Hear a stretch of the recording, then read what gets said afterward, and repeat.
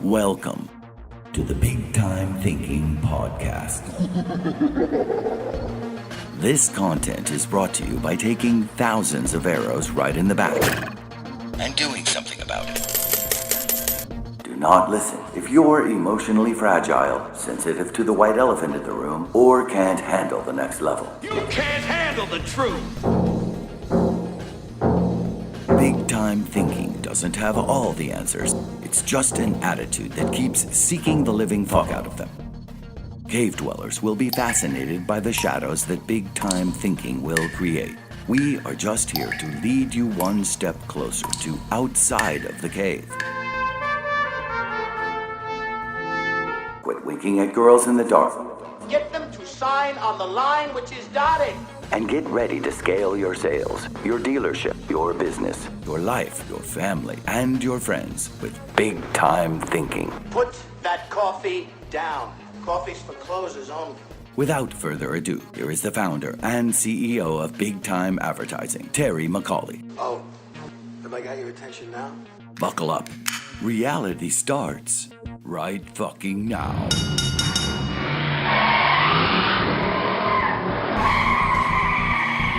Man, I love it. Here we are doing our first podcast.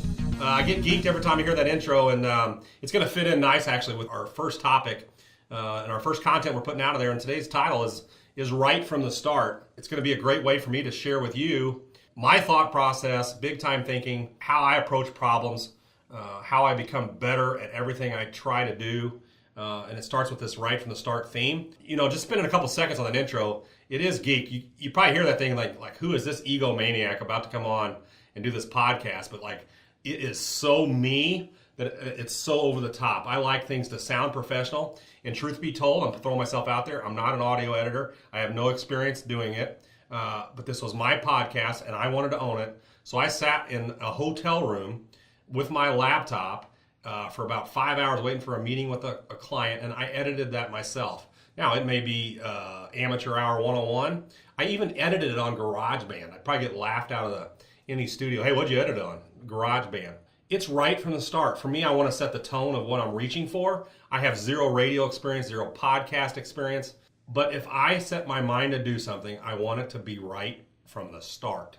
Okay? So I'm setting the level in my mind so much higher than what this probably will ever achieve. But when you're going to do anything in life and business, you've got to set a goal. And we'll get into differences between goals. What is a real achievable goal and what is a hope to goal? I'm a hope to goal kind of guy. I think you got to have this, some people call them a stretch goal, right? I call them the hope to goals. I get asked all the time, Terry, how big do you want your ad agency to be? And I snicker at that because I don't know the answer. Like, I have no idea. There's no such thing. There's nothing that's too big. So right from the start, what does this mean? What is it speaking to? Well, for me, it's a lot of things. Since this being my first podcast, I want to give some shout outs and some kudos to people that have influenced me to even sit here and be doing what I'm doing, because I'm extremely grateful for the experiences I've had in my life. But right from the start, and all my automotive listeners will, if you go way back, if you guys remember Chrysler, the 5-star program, it's actually a term I'm probably stealing from them, but they had this program called Right from the Start. When you purchased a vehicle, came back, and you had a meeting at your dealership in the service department. I love the program. Some people laughed at it, but it was a great program for people that were buying. If you were taking customer service seriously, trying to go over the top, making people feel part of the family, the Right from the Start program was it. You address problems that people might have. You address things that might come up and how they can help solve those problems within a dealership. And it set the tone for people that have just bought from you right from the start. So right from the start is one of those loaded terms that can mean something different for you and me. But let's talk about right from the start and some of those things. So where I really want to start is with some of the major influences in my life. And I think this is important. So I want to do a podcast, right? I set out to do a podcast, and this is the first one, as we all know, or start an ad agency, or start my snow cone shop, right? Or I want to start an auto detailing company. It doesn't matter what you want to start, but say you want to do something. So right from the start, you've got to be someone who sits back and goes, okay, what's the big picture? What are my goals? Is this going to be the only income for my family? Is it going to be for fun? Am I going to put myself out there in front of public? Is it going to have ramifications for what I do as a business? So you've got to, right from the start, you've got to assess. And I think that's the number one secret to anything you do in life is you've got to be good at assessing what it is you want to get out of whatever you put in it. It has nothing to do with what people are going to think of you or those kinds of things. It's more of what are you content with? And one of the strategies I always use is worst case scenario. I'm a worst case scenario guy. If I want to do a podcast, and in my mind I chomp on this for the last year of wanting to do it, I keep telling myself, what's the worst case scenario, Terry? Worst case scenario is the minute this goes live on my feed, who is this idiot? Worst thing I ever listened to. Don't ever do this again. That's worst case scenario, right? And I decided I can live with worst case scenario because I'm going to throw myself out there. I'm going to do it. Worst case scenario, I just delete all this as quickly as I can and hope that my best friends never saw it. So a little humor with that. But so right from the start is this attitude of you've got to assess for yourself. What do you want to be? Where do you want to go? Now, I don't want to go any further without talking about some influences in my own personal life that have helped develop me. I think this is apropos for you as well. Okay, so say you want to accomplish something. It could be losing weight, right? Which everybody knows I need to do. It could be cutting your budget and your household budget. You want to have a better budget. It could be you want a bigger sales growth at the dealership. You want to achieve more volume at the dealership. Okay, right from the start, like setting these big picture goals, I think you got to look around you and find out where you can find inspiration because it's all around you. And when I talk about inspiration, I'm not talking about mainstream media 101, Hollywood. There are some great role models out there. We shouldn't be looking to Hollywood for our role models, right? You'd be stunned how they're all around us. I grew up with role models that don't even know they were my role model. I share this with my younger brother, Ryan. I'm older than him. He's 2 years younger than me. And I mean this. As his older brother, I always felt like his younger brother, and I always looked up to him because I always felt like he had a higher ethics, but I always felt like Ryan had a bigger calling of his ethic guide, his internal drive. I always looked up to him. Yeah, he's my younger brother, and I should have been the one providing him, but I looked to him, okay? I was able to look to my mom for what work ethic looked like. She raised 7 kids. She taught in a Catholic school for 27 years, was a positive influence. I think sometimes we get so caught up in what our role models should be, and guys, role models aren't perfect, right? But find someone who's good at what you're doing and just emulate them. That's all I've done my whole life. So half of my thoughts and all these things in my idea are like I'm scared doing a podcast thinking someone's going to accuse me of stealing the idea from someone else. Well, that's very possible because everything in my head is a recreation of things I've learned and just regurgitating them. So we've got to look around us for role models that are doing what we want to do really well, and for a long time become a student of them. Everything they do. And you will find that all of them, number one, have one thing in common. They work really hard. And when I say working really hard, I'm not talking about the physical labor because I'll admit it, I'm blessed. In the ad agency world, when people say, oh, Terry, you work so hard, I'm like, are you kidding me, dude? I got like dress pants on and a shirt, and I sit behind a computer, I shake clients' hands, and I talk about advertising. Like, so from a physical standpoint, the construction guy out there, and I've had those jobs, working their tail off from ding to dong. That's the physical labor. But at the end of the day, I guess what I'm saying is someone who is so inspired by what they want to do that they're willing to just work hard at it. I got this saying, the extra mile gets lonely. When everybody else leaves, you're so ingrained in it right from the start that you're willing to teach yourselves things that no one else will teach you. So just like I mentioned on the intro earlier, I have no audio experience, but I've been around guys who are great in the audio realm, and I've watched, I've learned little things I want to do, and I kind of teach myself. I can't afford a big audio editor right from the get, so I invest in my own type things. So with that, and I don't want to go into it too long, but I want to talk about some influencers for me that are great role models and really driving me with this podcast. So when I moved to the St. Louis market, was working for a Chrysler store, then eventually started running a really large power sports store. And I was blessed, and I mean this when I say blessed, to meet a guy named Woody and Rizzuto. And they had a local radio show called Woody and Rizzuto Show, and they were the #1 radio show at the time in this market. Now understand, I grew up, I have all these advertising preconceived beliefs.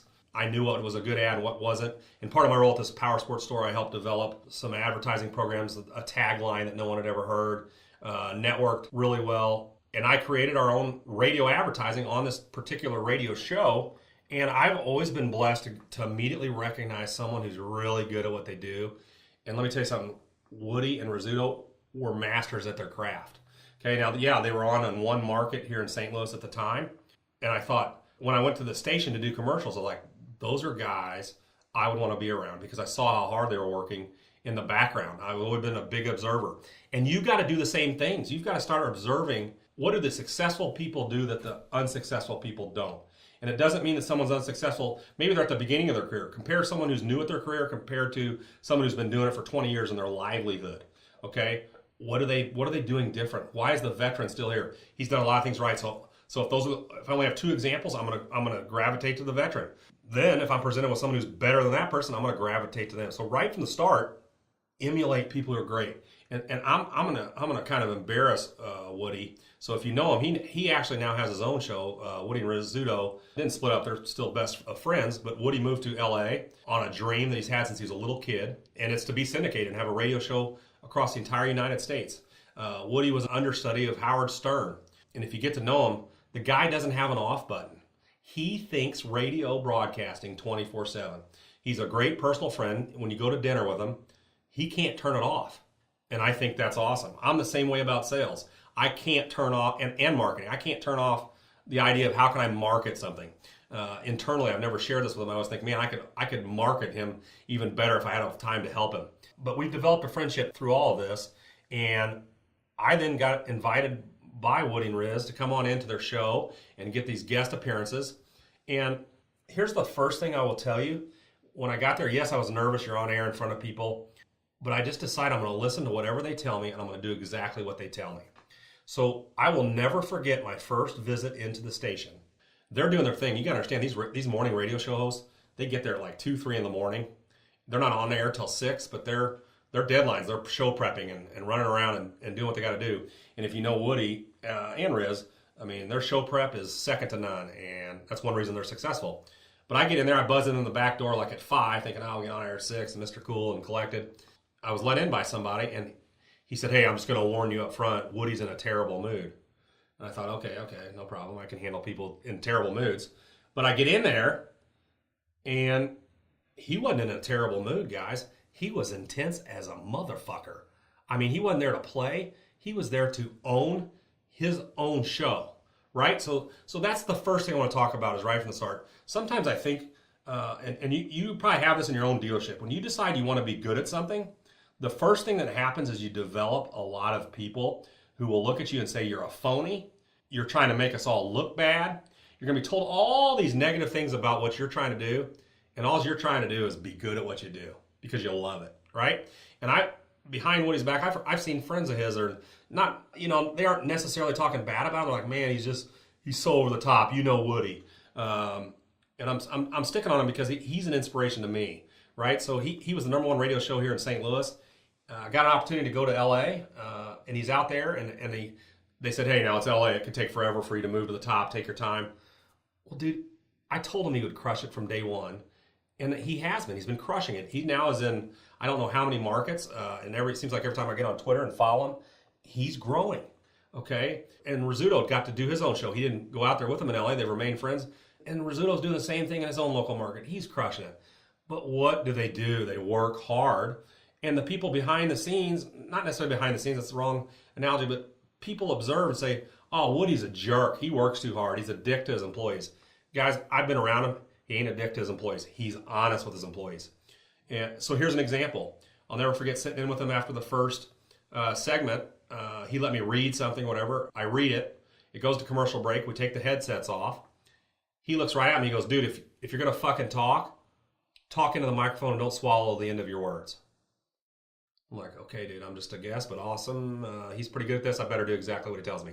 So I put the headset on. I'll never forget he left or something at the end of the show. Someone apologized to me for what he talked to me. Well, listen, and you got to understand, I was kind of like a client. So maybe they were, worried we'd leave advertising or something. But they apologized for Woody giving me direction. He wasn't being a dick. He was being direct, right? So I've never been on radio. I don't know what he meant by that, but I learned that I knew this guy was good. I'm going to do everything he does. Even if I'm a guest on here 4 times, I want to be better than I was the first time. So that's what Right from the Start is. And I challenge people to look all around you. There are so many people who work so hard at what they do, and it starts as a dream, right? If you talk to Woody and Riz, they used to play radio as little kids in their house. They would make believe they're Casey Kasem, right? I did that as a kid. So find those kinds of influences in your life. Those are 2 of them for me. Even as I've gone on to start my own ad agency, I've stayed in touch with Woody here and there. And when you watch a real friend blow up and become successful, there's not an ounce of jealousy in your body because you're genuinely excited about someone bettering their lives and going for it. So that's, guys, in your own dealerships, when you say you've been stuck at selling 7 cars a month or 12 a month and you're stuck in the same place, I've got a saying, the difference between a rut and a grave is the depth. And I'll say that again. The difference between a rut and a grave is the depth. Either way, you better get moving.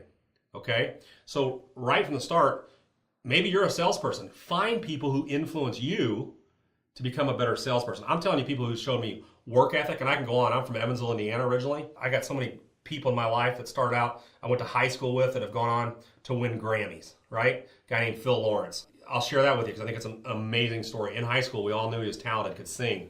He would sing cover Boys to Men with his brothers, his mother. The whole family could sing. You just knew you're around a talented person. You just knew it even in high school. When we had talent shows, this stuff would be off the charts. Well, as we all went on with our lives, like we all do, we get into college and go start raising families, you kind of forget about Phil. Well, guess what he did, right? He went to Disney World and chased his dream. Working backstage, singing for Lion King, writing music. And he shared it with me, definitely living paycheck to paycheck. But he chased his dream. There were probably a lot of naysayers inside, dude, what are you doing? Get your degree. Why, you're going to need this. He just chased his dream, and he was one of these guys who loved music, followed people he loved, tried to get better, learned to write, So long story short, without going into it, you may not know this, go ahead and Google it and figure out Phil is now a part of the Hooligans, and he writes music with and for Bruno Mars, and he's won Grammys. He's off the charts, successful. But guess what? I don't see that in him. That's awesome. I couldn't be more happy for him because he went for it. And that's what motivates Terry. And I think that's what big time thinking is. We've got to get out of this jealousy of people, and we've got to get into celebrating people who work hard and make it happen. And we also should celebrate people who work hard and maybe they don't get there, but they went for it because they were willing to make themselves vulnerable. And that's what I'm doing with the podcast. I'm vulnerable, right? I don't know if this is going to work. I don't know if people are going to listen to this and think this guy is just an idiot. He's a rambling idiot. That's possible. But if we're not willing to make ourselves vulnerable, and being vulnerable means we can look in the mirror and say, I'm not real good at this. I'm getting into what are called skills, right? So there's so many different skills regardless of what you want to do. And you've got to, and I'll have a whole other session on skills, but in selling, right, skills could be answering the phone, a meet and greet, closing skills, on and on and on. Now, all of us are naturally good at some of those skills, and you have to develop the others, right? Phil Lawrence was always gifted in music, and if I ever had a chance to talk to him, he'd tell you, yeah, I had these things I was great at, but he's had to work at other stuff, I guarantee you, I don't even know what, but to turn it into a Grammy award-winning artist, there's work that no one saw it. I was blessed to see him when he came to St. Louis once, and guess what? We got to visit for a little bit after he did a 3-hour show, sweating his balls off, worked his tail, but guess what? It's about midnight, said, dude, I'd love to visit more, but we got one of our producers waiting on a song and we haven't written anything. We got to start writing tonight. So, dude, at midnight, him and Bruno are about to sit down and start working and writing. But all everybody sees is the bright lights, right? All everybody sees is Woody now driving a new car, nice car, made it in the radio world. But what they don't see is the guy that is relentlessly thinking about how to make his show better. I promise you that guy is not content, and it's never about money, right? If you chase money, you'll be broke your whole life. But if you chase something you love and want to be better at it, I promise you money will follow. And that's what right from the start is. Big picture, okay? Find great examples and then learn. I think too many people don't learn enough. So what are some influences for me in the automotive industry? What am I going to be sharing with you over these podcasts in the future? Guys, Joe Verdi was probably one of the biggest influences for me learning to sell for the very first time. I was lucky I owned a little Mazda 626, and the radio never worked. I lived 30 minutes from my first car dealership that I was working at, and people said, "Wait, man, you want to be good at selling, you ought to listen to Joe Verdi." So I had this cassette tape, and I listened to it literally every day on the way to work and every day on the way home because I had nothing else to put in. I didn't have enough money to go buy anything, so I just listened to Joe Verdi, and I think I listened to it so much I literally memorized it. And I figured, guess what? This guy, people in the auto dealership world right now, and you guys know who I'm talking about, they'll laugh. Oh, Joe Verdi, he says a lot of great stuff, but he's never sold cars, or you'll hear it. But let me tell you something. The fundamentals of selling, that guy was money, and I still use his stuff in selling advertising and training salespeople across the country. I'll draw on what he's taught me, right, and some of the things I've learned, and I push it out. Now, what are some modern day stuff that are influencing me heavily? Grant Cardone. Guys off the charts, right? 10X group out there. I mean, I was blessed. I went to their 10X conference that we just had this past year out in Vegas. One part of being an older brother with younger brothers is they keep you current and they keep you involved with what's going on today. And so he said, Terry, as much as you love sales, you need to follow Grant Cardone. And I already knew who Grant Cardone was from the car business, but I didn't realize what he was doing in social space with 10X. Got to go to his conference, and dude, it's unbelievable what he's doing. But what I enjoyed the most was listening to millennials and other people like myself sitting in the seats afterwards, asking, hey, what are you getting from this? What are you looking for? And I heard a lot of guys say, I'm learning. And that's great. They need to keep learning. But I would encourage everybody, go do it. You can learn, but the best learning thing is you got to jump in and go for it. Like in our intro, we say about taking arrows in the back. You got to take them, man. Just go for it. Who cares if you fail? Laugh it off and go, fuck it. I'm happy I'm trying, man. I'm learning right now. That's what doing it right from the start is as well. So when I say right from the start, have your big goals. Understand that failure is part of life. Laugh at your own failure. And I think I've been blessed with a great sense of humor. No one laughs at things more than myself with self-deprecating humor. Don't steer away from a problem. Steer into it, right? But you can't know what problems are going to arise and what roadblocks are going to come without doing it. So speaking to some of the influencers, Gary Vee out there to me is like the best at motivationally. When I heard him speak, I was like, no, there's a guy who believes everything I believe.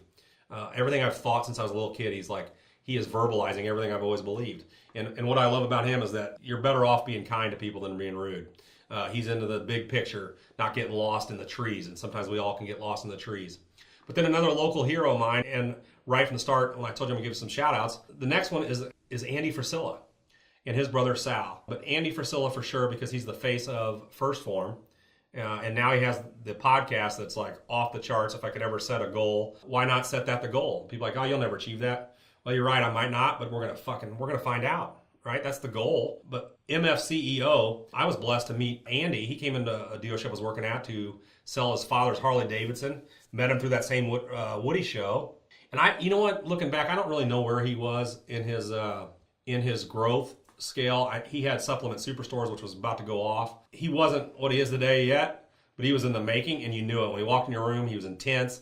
And I love being around intense people. We shared that camaraderie. Got to meet his brother Sal, who was a baseball player, and we both are baseball players and hit it off from there. We share so many of the same intensities.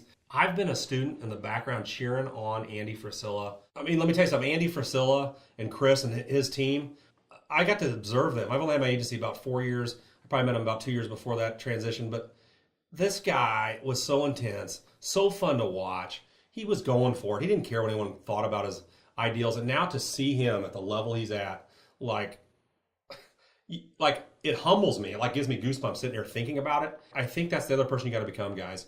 Right from the start, you have got to cheer people's success. If you're internally one of those people that sneers at someone in your own sales staff because they did well, and the only thing that comes out of your mouth is, oh, they're an ass kiss, they get all the house deals.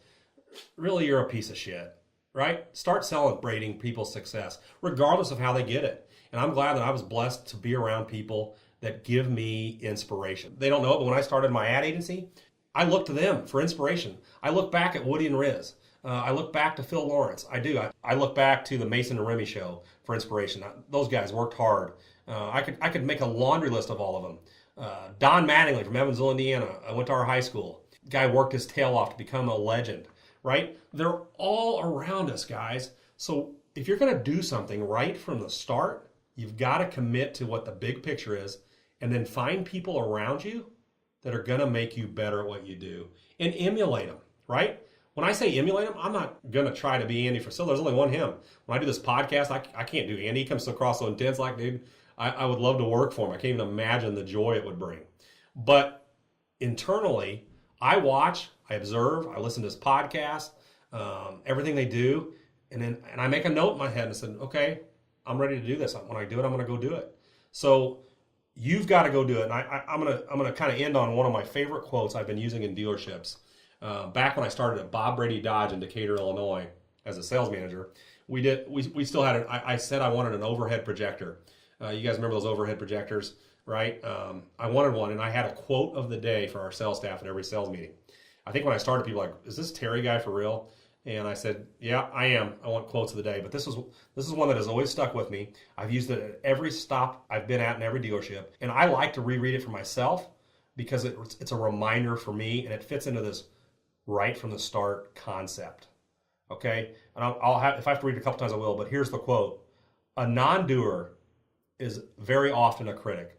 What is a non-doer? A non-doer is a person in your dealership, in your business, that really just survives, just sits there, doesn't do much, right?